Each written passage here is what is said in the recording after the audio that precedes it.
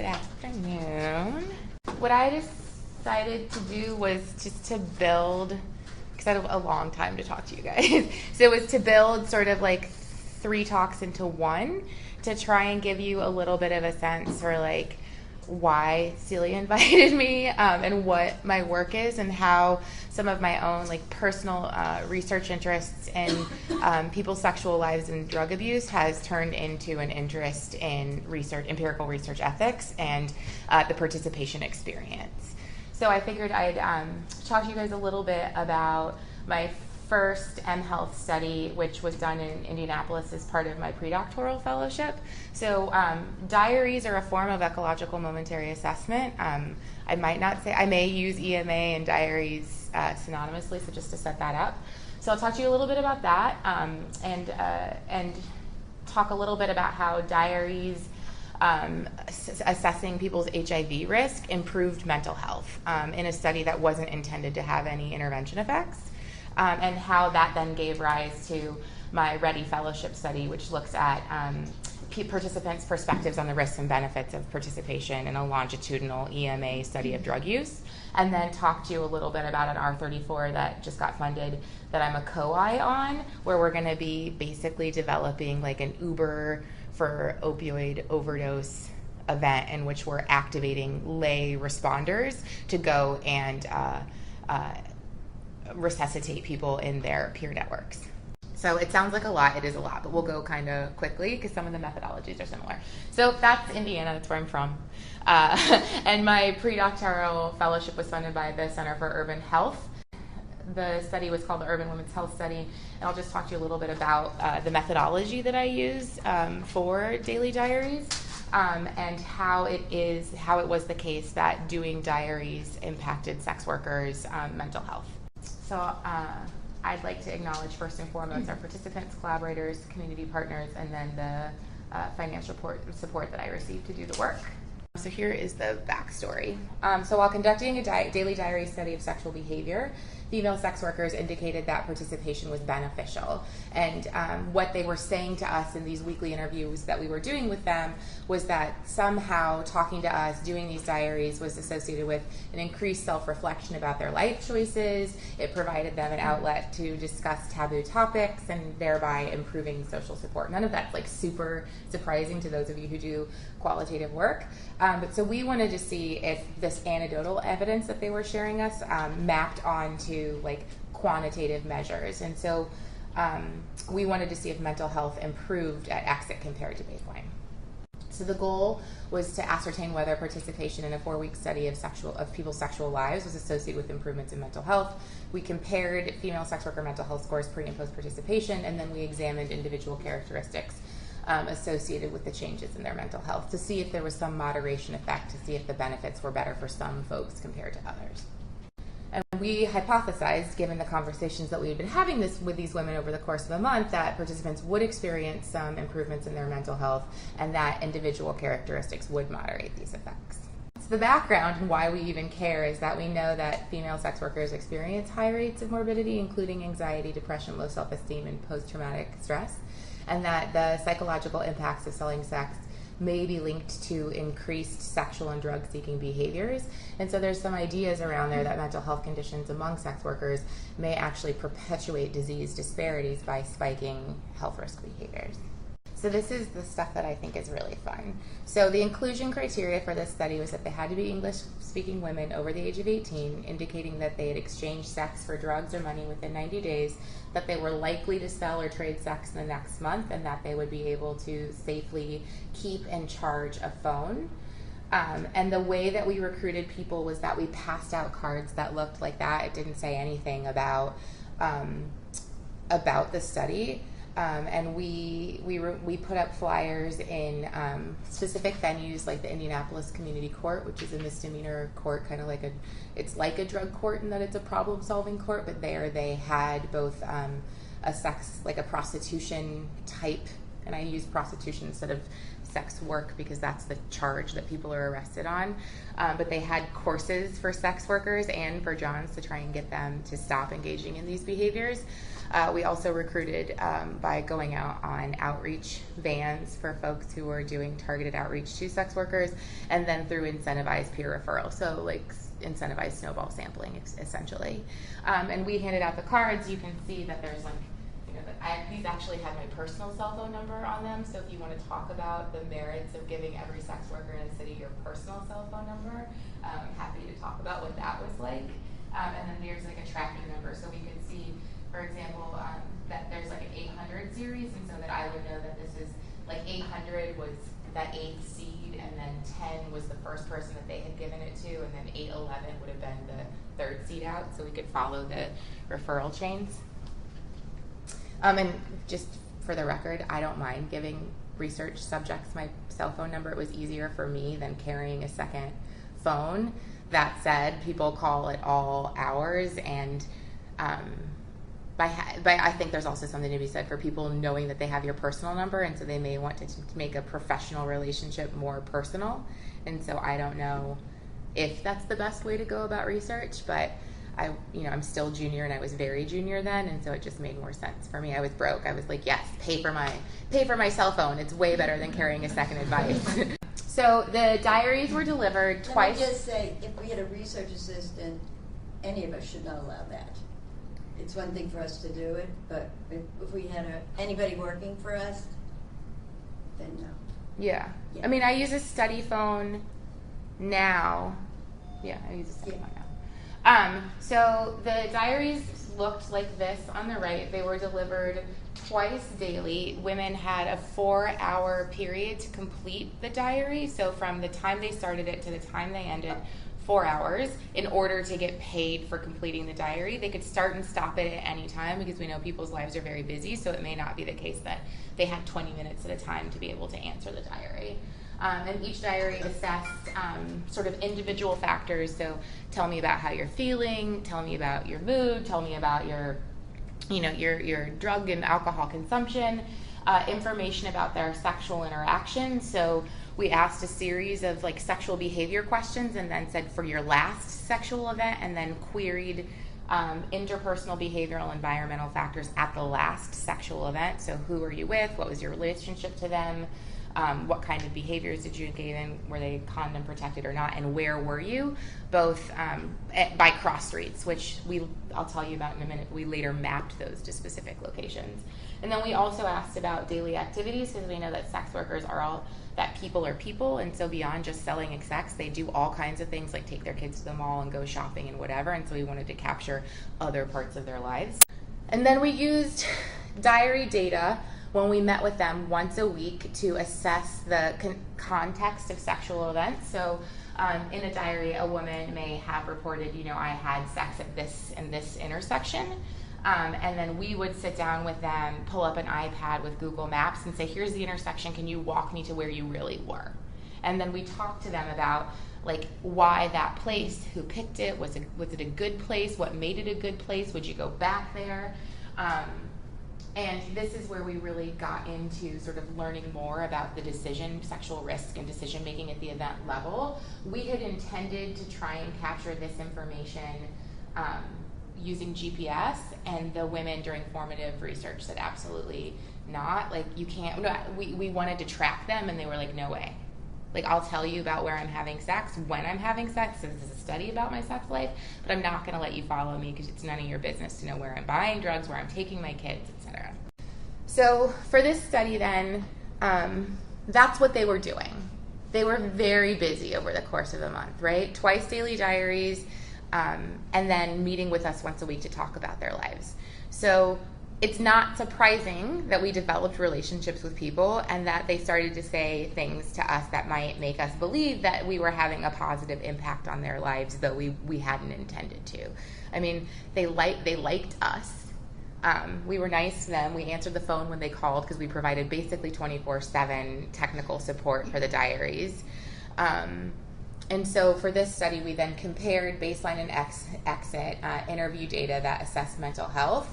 And then I included just a tiny bit of the qualitative exit interview data where we assess the participation experience. So for this, we'll look at demographics, childhood sexual abuse, social support, commercial sex history, substance abuse, and criminal history, and how they impacted our different outcome variables. So these are all fairly well-established mental health measures. So the Rosenberg Self-esteem Scale, a scale assessing bodily connection, so body awareness and body dissociation, depression and anxiety.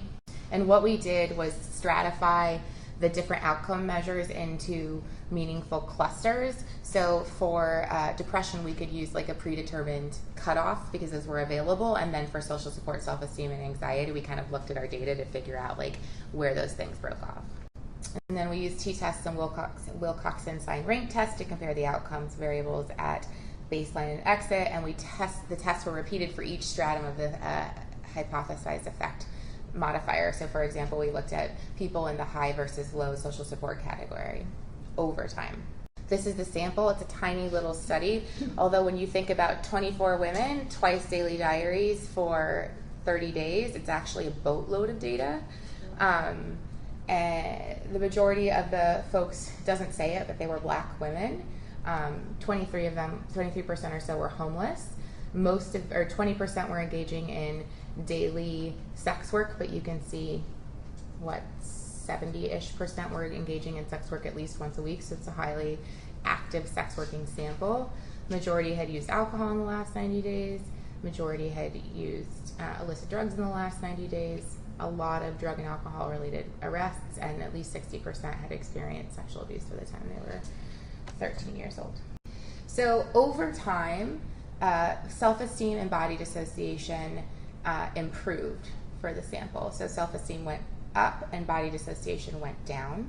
And what's interesting is that you can start to see here, and we compared this like across many more stratum than I'm going to present, but you can see that for some of the most vulnerable populations, that's where the benefits were experienced. So for example, for people who had high total social support, so low social support, you can see that that self-esteem went markedly up, and the same is true where body dissociation went down. And so the moral of this story for me is that the sample overall experienced these improvements in mental health, but they were more stark for people who were more vulnerable, depending on what that vulnerability was. And so the question became, well, why? Right? Like, what about all of this intense activity made the difference? And I don't know that I can give you an answer to that straight up now, because it's not the way the study was designed, right? We can't tease apart, was it the diaries and their and this idea of recalling this information and having a place to outlet it, or was it the ability to have a conversation with us, right? I can't tell you which data collection method made the difference, but what they said was that I had fun because I had someone to talk about the things that I did that I would never talk about with my family. They don't know what I did. When you try and talk to another girl, they don't really give you much encouragement. And so there we were being, a non-judgmental, non-stigmatizing audience who was happy to listen. And this idea that, it makes me feel comfortable and you make me believe that we're sitting here doing this for a good cause. And I mean, mostly the biggest thing is that you listen. So we make you feel comfortable. We're doing something good, so something that's altruistic, that you could help pay it forward to other women, and that we're listening. So some of the issues with this sample or this study is that, we can't really do much with the quantitative data, at least with these, it's a small sample size for the non-diary data. I can't identify the mechanism of change. It's a relatively short duration study. It was just a month. So I don't know whether these effects are lasting. Like, how great would it be able to go back and talk to women 3 months, 6 months, a year later and see if they continue to have these improvements in their mental health scores. We don't know, again, if it's just surveillance and this idea of assessment reactivity and just being, watched somehow, just being surveilled somehow changes what you're doing. And we don't know about the impact of compensation for participants. So we paid folks rather handsomely, which in a second I'll describe is potentially a risk of EMA-related research. So we paid people $1.50 a day or 75 cents per completed diary, and then $20 in interviews. So the potential monthly compensation was $30.50. For some of these women, that was enough for them not to go out and engage in sex work. And so we don't know if just not having to do that to make that little bit of extra cash was enough to improve their mental health. So in summary, for this little first study is that, mental health among the sample was poor but improved over time. That the findings suggest that for particularly vulnerable female sex workers, participation in HIV prevention studies may confer unanticipated benefits, including improved mental health, which could have implications for HIV prevention given the link between mental health and subsequent risk behaviors.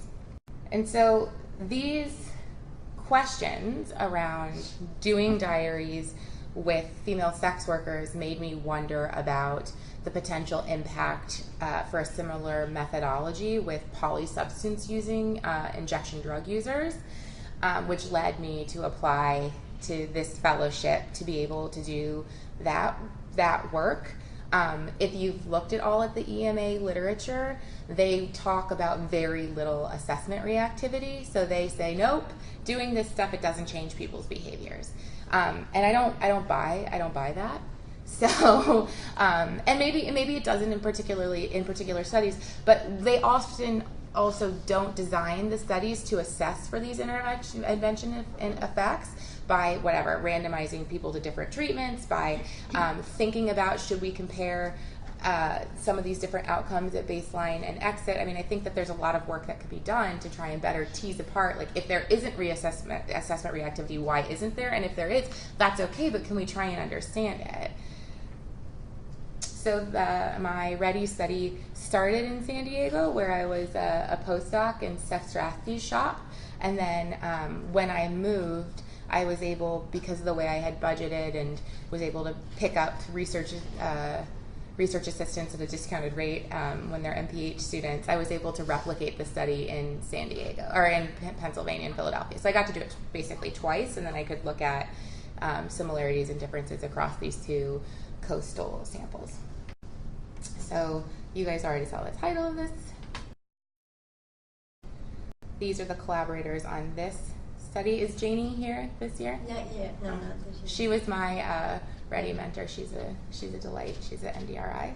And so you guys may know mHealth research. It's leveraging the increasing capabilities of mobile devices to monitor behavior and deliver health care. It's a great way to conduct research, especially as cell phones become more ubiquitous and cell lines and Wi-Fi towers are becoming more common internationally. So it's a way for us to be able to tap into international as well as domestic populations.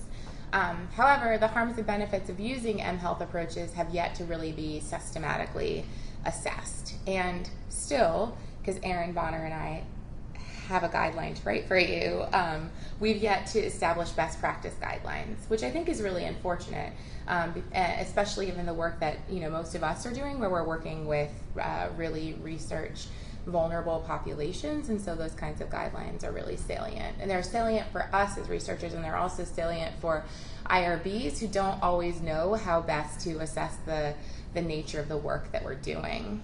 So when we think about some of the potential risks in mHealth research, they might include the theft of devices and how people could be, beat up in the process of having something stolen from them. Stigmatization if people find out that you're involved in a research study relating to drug abuse, sex work, etc.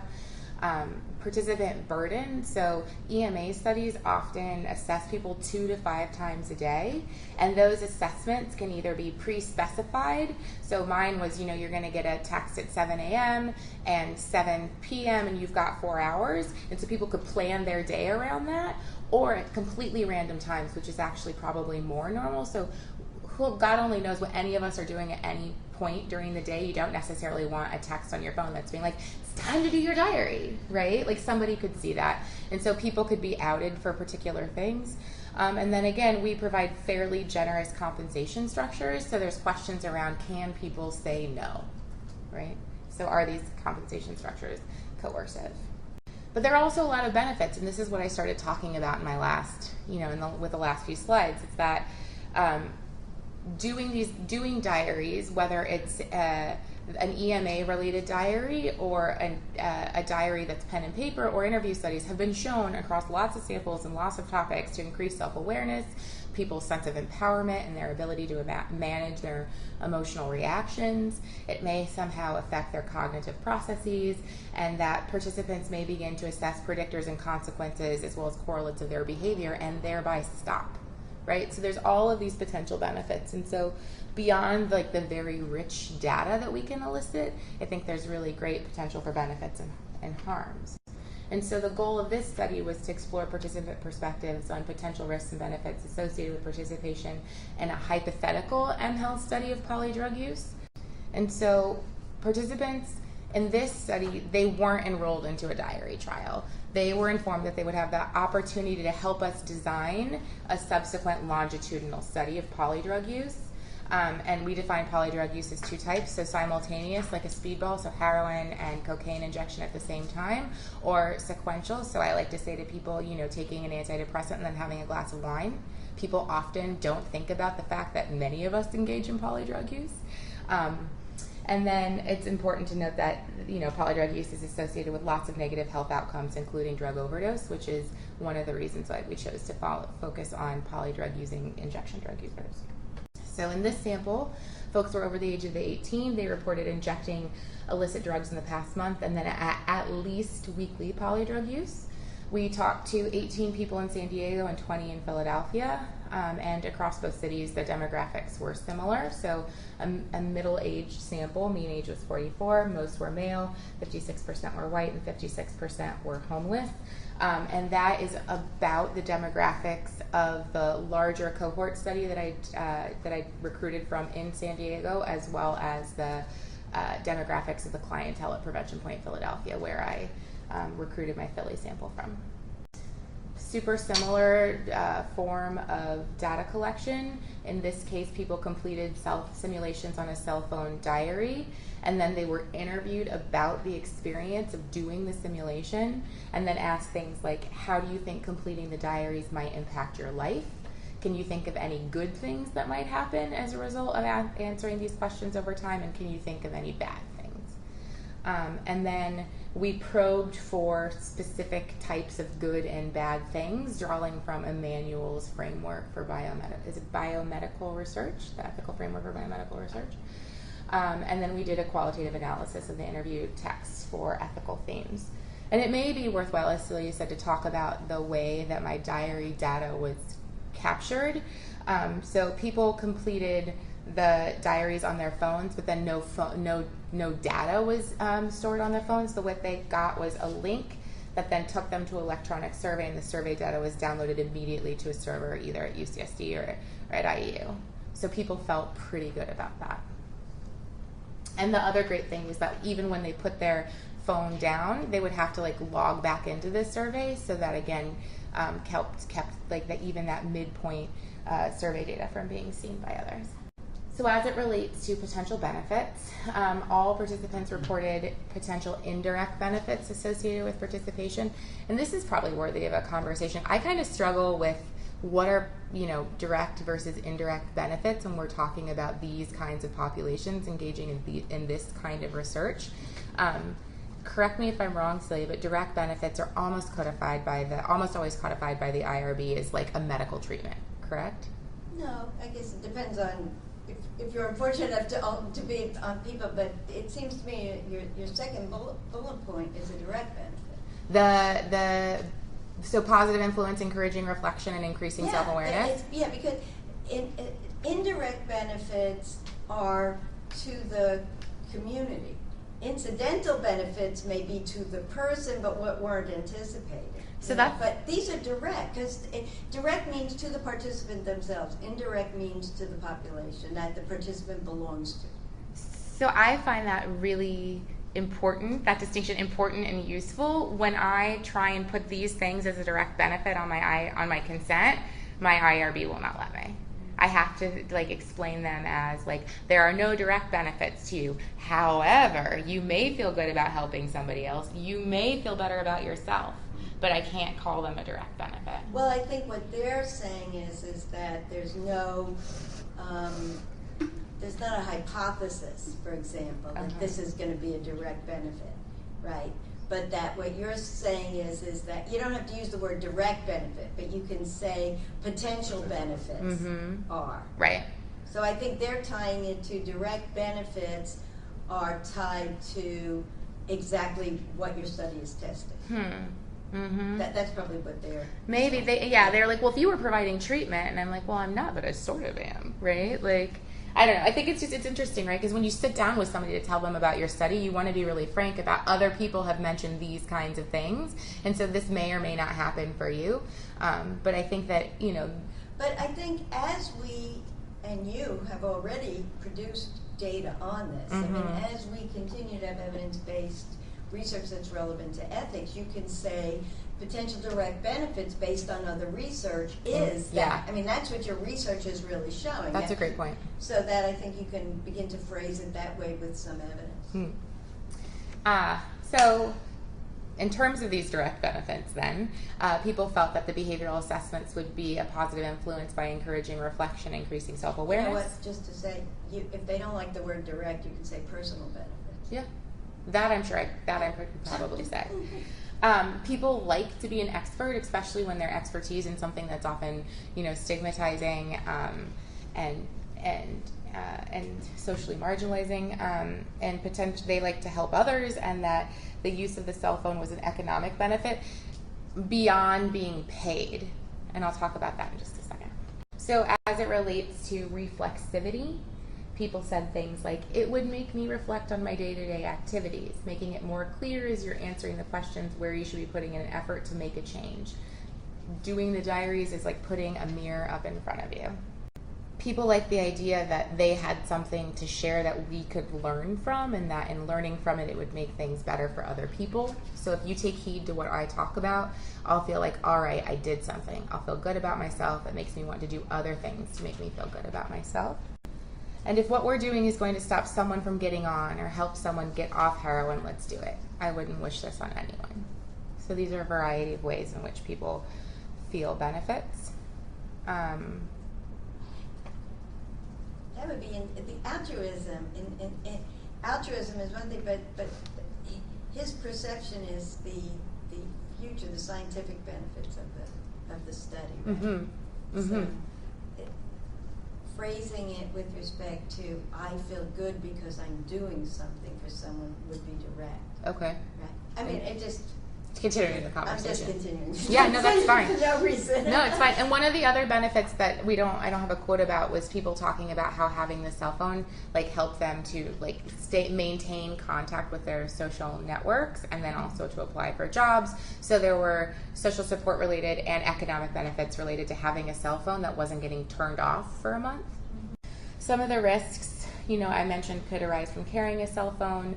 There's lots of fear that behavioral psychological risks stem from repeated disclosure of a mood state or a behavior. So I ask you about your craving and then that makes you crave. Or that if, I ask you about your mental health, that makes you more depressed, etc. Social risks were those that might arise if law enforcement obtained any information about the participant, and then informational risks arose from unintentional disclosure of drug use or other stigmatized information more broadly. People said, as it related to these physical risks associated with theft, that it's hard to keep stuff of value when you're using drugs. Some people have it harder than me. When you're living with vandals, you don't have no security. I know people that wouldn't sell their stuff and they get their stuff stolen just because they nod out. I fell asleep, and when I woke up, I didn't have my money, I didn't have this, and I didn't have that. He went on to clarify, though, that though folks had stolen from him, he didn't feel like they were at risk to steal his, to beat him up when they were taking that phone. One participant said if a participant is constantly being reminded that they're in the bottom of the barrel and feeling depressed, constantly having to go over how they could make them feel could make them more anxious or want to commit suicide or overdose. However, most people didn't feel like that was a risk. There was a lot of talk about, well, this could be a risk for someone else, but it isn't necessarily a risk for me. And then Mike laid it out for us. in your consent, you have to say to somebody, listen, you're going to have to constantly monitor your mood. I want you to be aware that during the course of what's going on in your life, if something bad was to occur that could make you have a bad mood or irritated, that you need to be aware you'll be constantly reminded of it. So you tell people that this is a potential risk. We're going to ask you twice a day about what's going on in your life. So in conclusion, engagement in mHealth might confer important benefits. However, and risks are possible, but they were described as unlikely, although it remains important for researchers to implement reasonable safeguards to protect participants from these risks. As mHealth becomes more widely used, it will be important to conduct research on the harms and benefits, because actual harms and benefits could be different than those reported either here or in the other study.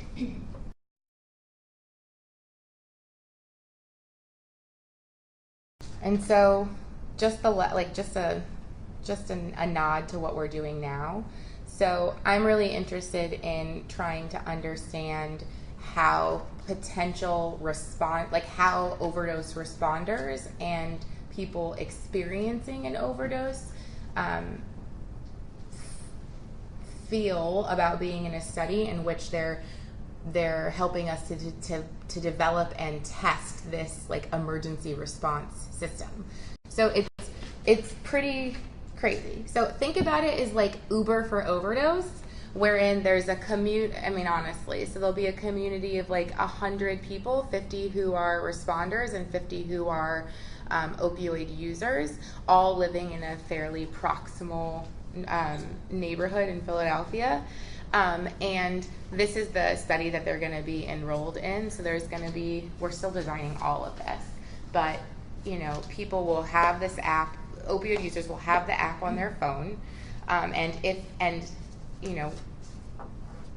someone will have to trigger the alert as this person is experiencing some sort of crisis. So whether the person can trigger it for themselves, or they'll have to have a friend around who knows that they have the phone and have the app and press the app for them. There's lots of concerns about how the app is actually going to get triggered. And then once they press the OD distress call, so that will call 911 and activate somebody in the response community, and then they'll get information on where the participant is, what their age, race, and gender are, and then we'll have information on did they go and respond.